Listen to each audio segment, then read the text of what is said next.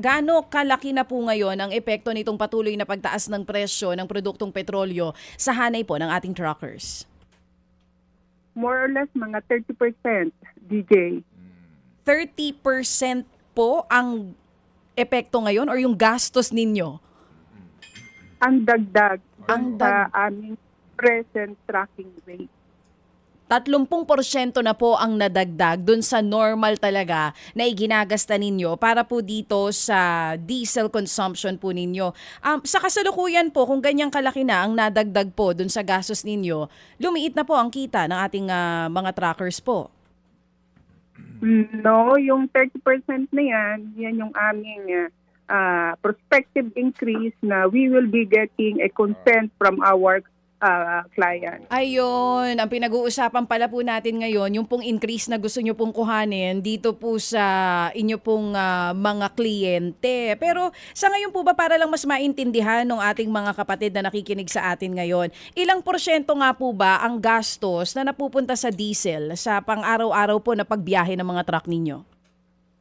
50% of our operational cost goes to diesel.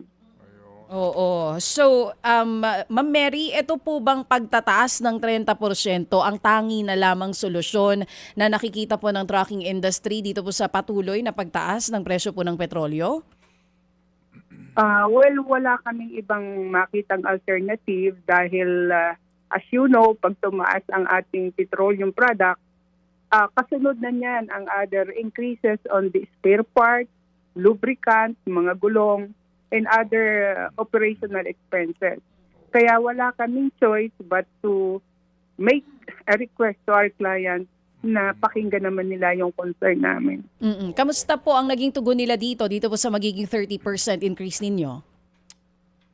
Well, sa nangyaring ito, even this is a very, very big challenge, at least yung pronouncement, lalo na sa inyo, coming from the media, here and abroad, so aware naman ang mga importer natin sa situation. Kaya we are so positive na baka hindi ka mahirapan na humingi ng increase.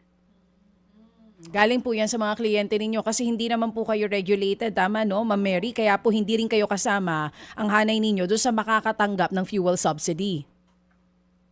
Sadly, hindi talaga kami kasama.